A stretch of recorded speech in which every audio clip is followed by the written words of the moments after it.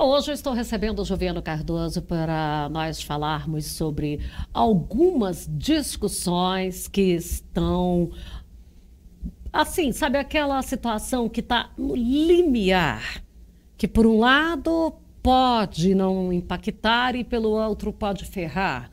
É assim, o Parlamento Europeu, agora no dia 24 de abril, o Conselho do Parlamento Europeu fez ali uma primeira leitura de adequação do texto em relação às exportações de produtos vindos do Brasil que estejam associados ao desmatamento. Gente, eu fico revoltada com essas coisas, porque, primeiro detalhe, é claro que tudo é de desmatamento, né? Porque senão só íamos pegar, talvez, algum óleo de peroba, abelha ali, algum mel, porque tudo você tem que desmatar para produzir. Aí eles veem que não querem nem se o desmatamento estiver completamente legal. Joviano, boa tarde. Boa tarde, Fabélia. Boa tarde, amigos produtores. Como é que está essa discussão? Então, atualmente esse regulamento, essa proposta de regulamento da União Europeia, né, ela está em tramitação no Parlamento e no Conselho Europeu. Ela é uma regulamentação que pretende impedir a entrada de produtos provenientes de áreas desmatadas, tá, dentro e fora da União Europeia, mas que temos aí, dentro do próprio regramento, das próprios considerandos, né, que a União Europeia verifica que áreas com desmatamento legal, né, que podem sofrer a supressão legal, também serão afetados por esse impedimento, né? Então nós temos um risco, caso essa proposta continue tramitando, e pelo que algumas consultorias, por exemplo, o escritório belga da KPMG indicou, esse regulamento pode seguir e começar a entrar em vigor no ano que vem, afetando especialmente as nossas exportações. Há alguma justificativa para eles virem, se não uma tentativa mesmo de boicote aos nossos produtos? Então, segundo o próprio texto, né, das considerações, os relatórios de impacto, no caso da União Europeia, eles justificam que, tentando impedir que produtos provenientes de áreas de desmatamento, legal ou não, entrem no mercado consumidor europeu, seria uma forma de desestimular a abertura e o desmatamento de áreas, isso pelo mundo, né? Que indica, e é o que a gente tem a grande preocupação e temos aí o cuidado de explicar para os produtores, para os nossos representantes, que tem uma necessidade deles se manifestarem, intervir no diálogo, no debate, porque o Brasil será diretamente afetado com isso, né? São os produtos que sofrerão maiores impactos, serão a soja, o café, o cacau e a carne bovina, né? E aí toda a cadeia de produção. E no relatório mesmo da análise de risco, se verifica que essa medida, quando entrar em vigor, ela poderá afetar tanto o Brasil quanto a Argentina e irá privilegiar potencialmente os Estados Unidos e a soja, no caso da soja, produzida na Itália e na França. E essa soja, ela seria de Itália e França suficiente para abastecer o mercado europeu? Dificilmente. Como os indicadores mostram, né, essa soja ela não tem o potencial de área produtiva, de área plantada, de produtividade suficiente para abastecer toda a União Europeia, né? O que nós precisamos fazer com relação aos nossos deputados, senadores? O ideal seríamos nós, enquanto profissionais, produtores, né, membros de entidades classistas, procurar os parlamentares, os representantes que têm poder para tanto, para que consiga tentar, pelo menos, pressionar para que o texto não passe como está. Essa preocupação também não é só, por exemplo, do Estado brasileiro. Algumas nações menores da União Europeia, como a Estônia e a Letônia, já se manifestaram agora recentemente que elas também poderão ser prejudicadas porque elas têm uma dificuldade de área agricultável muito grande. Então, assim, o texto, ele ainda passará ela vai ter por problema até para comprar, né? Sim, seria sim. Isso aí. Até de dentro do próprio mercado europeu, eles criariam alguns problemas.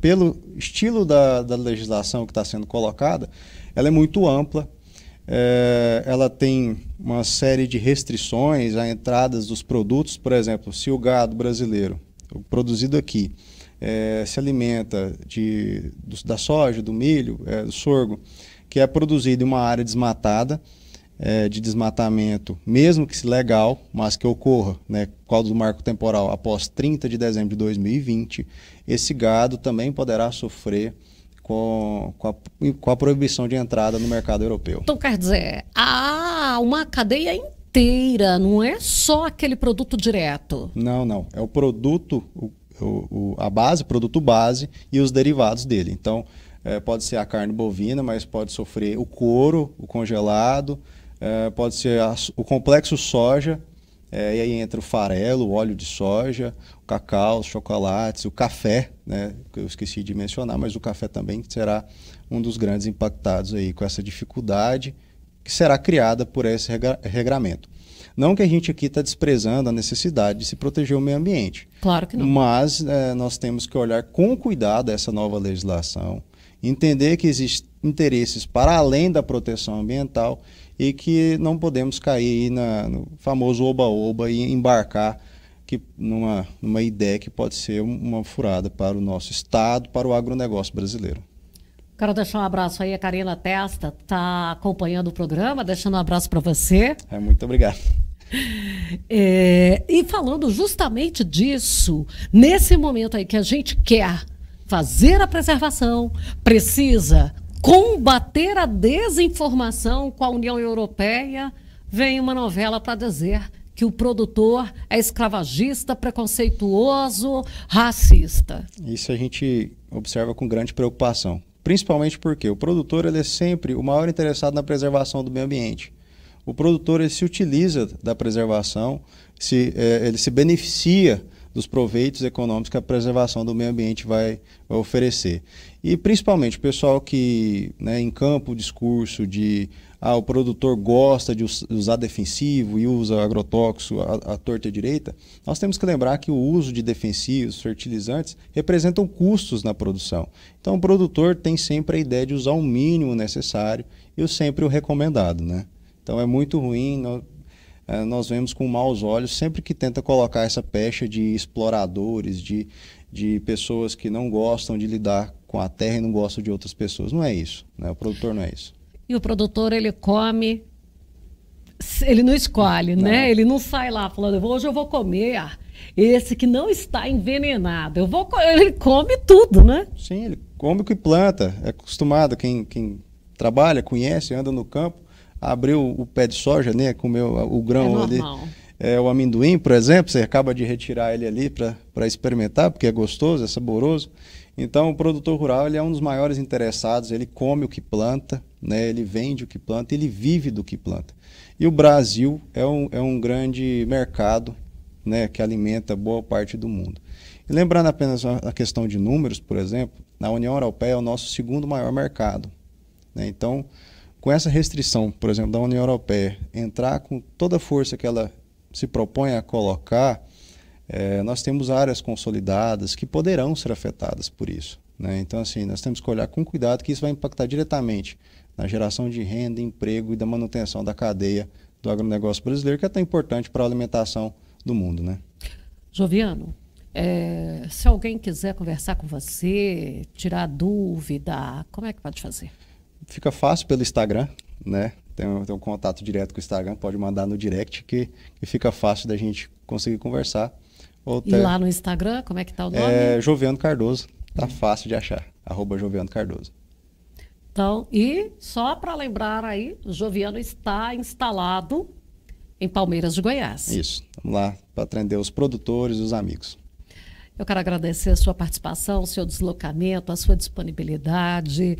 E o Sucesso no Campo está aberto sempre para mais informações para a gente compartilhar com os produtores e os demais profissionais. Eu que agradeço a oportunidade, ao Sucesso do Campo, por esse maior espaço aqui de divulgar e apresentar essa nossa preocupação aí para os produtores.